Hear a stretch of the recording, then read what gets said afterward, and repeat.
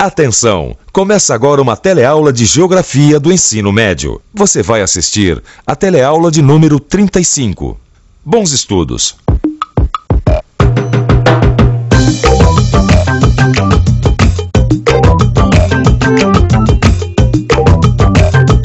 A gasolina vem do petróleo.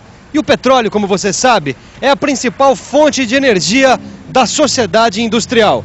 Mas não é a única. Existem várias outras. Como será que a nossa sociedade está se relacionando com as suas fontes de energia? Será que nós estamos pensando no nosso futuro? O que vai acontecer, por exemplo, no dia em que o petróleo acabar? Como será que nossos carros continuarão se movimentando? E a indústria? Como vai ficar sem petróleo? Essa e outras perguntas serão respondidas na teleaula de hoje. O nosso tema é energia vital. Hoje você vai ver que a lenha ainda é um combustível essencial nos países pobres e que o seu uso acarreta a destruição da cobertura florestal. Você vai ver também que a reciclagem é uma excelente alternativa para alongar a vida útil das jazidas e que a água, apesar de ser o recurso mais abundante do nosso planeta, tem sua qualidade cada dia mais comprometida.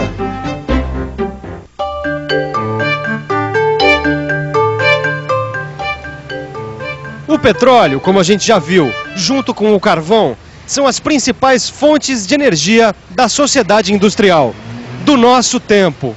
Só para ter uma ideia de como o petróleo é importante, ele representa cerca de 40% da energia comercial do mundo, além de ser matéria-prima para diversos produtos, como a borracha sintética e o plástico. Mas como existe a ameaça de que um dia o petróleo acabe, outras fontes de energia começaram a ser utilizadas, como o gás natural e a biomassa. Além delas, existem outras fontes cujo uso ainda é limitado, como a água, a energia nuclear, a energia eólica e a solar. A nossa sociedade sempre soube da importância do petróleo.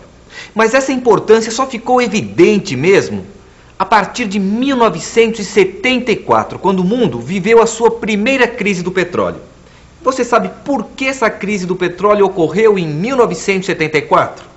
É que naquele ano, a OPEP, sigla que quer dizer Organização dos Países Exportadores de Petróleo, resolveu dobrar de um dia para o outro o preço do barril do petróleo.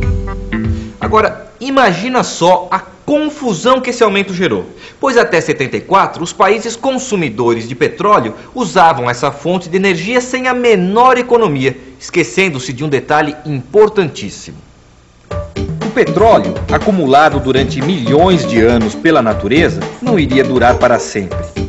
Mas foi só a partir da crise gerada pelo aumento de preços da OPEP que os países consumidores se viram obrigados a pensar em formas de se racionalizar o uso do petróleo. Ou seja, o mundo teve que começar a reverter uma equação que até então predominava entre os países, cujas taxas de consumo de energia acompanhavam as do crescimento econômico. Só para você ter uma ideia de como essa equação mudou a partir da crise do petróleo de 74, veja o que aconteceu com a Alemanha. O aumento do consumo de energia do país foi de 3% entre 1974 e 1985. Já o PIB alemão cresceu 17,5% no mesmo período. A Alemanha continuou crescendo sem precisar aumentar o consumo de energia. Isso foi consequência direta da crise do petróleo de 1974. A crise dos preços acabou estimulando o desenvolvimento de novas tecnologias que economizam energia. Só que nem as novas tecnologias serão capazes de reverter o atual quadro. Se continuarmos a consumir petróleo no ritmo atual, as reservas mundiais devem se esgotar nos próximos 50 anos. Um problema que o carvão, por exemplo, está longe de vivenciar. Pois se forem mantidos os atuais níveis de consumo, as reservas mundiais de carvão devem suprir a demanda pelos próximos 250 anos.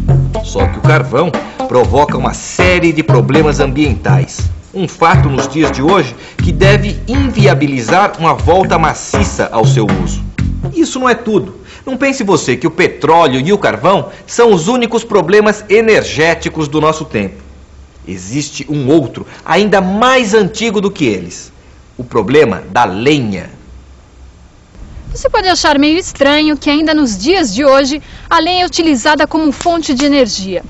Mas o fato é que cerca de 2 bilhões de habitantes dos países em desenvolvimento, ou seja, cerca de 1/3 da população mundial, ainda utiliza a lenha como combustível para cozinhar ou então para aquecimento.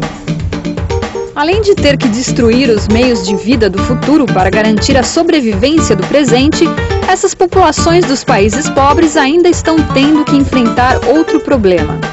É que com o desmatamento, os solos ficam expostos à ação das chuvas e a biodiversidade é definitivamente modificada. Mas o problema de diminuição das florestas tropicais não se resume, é claro, apenas ao uso da lenha como fonte de energia. Existem ainda outros motivos, outros fatores que estão contribuindo para isso.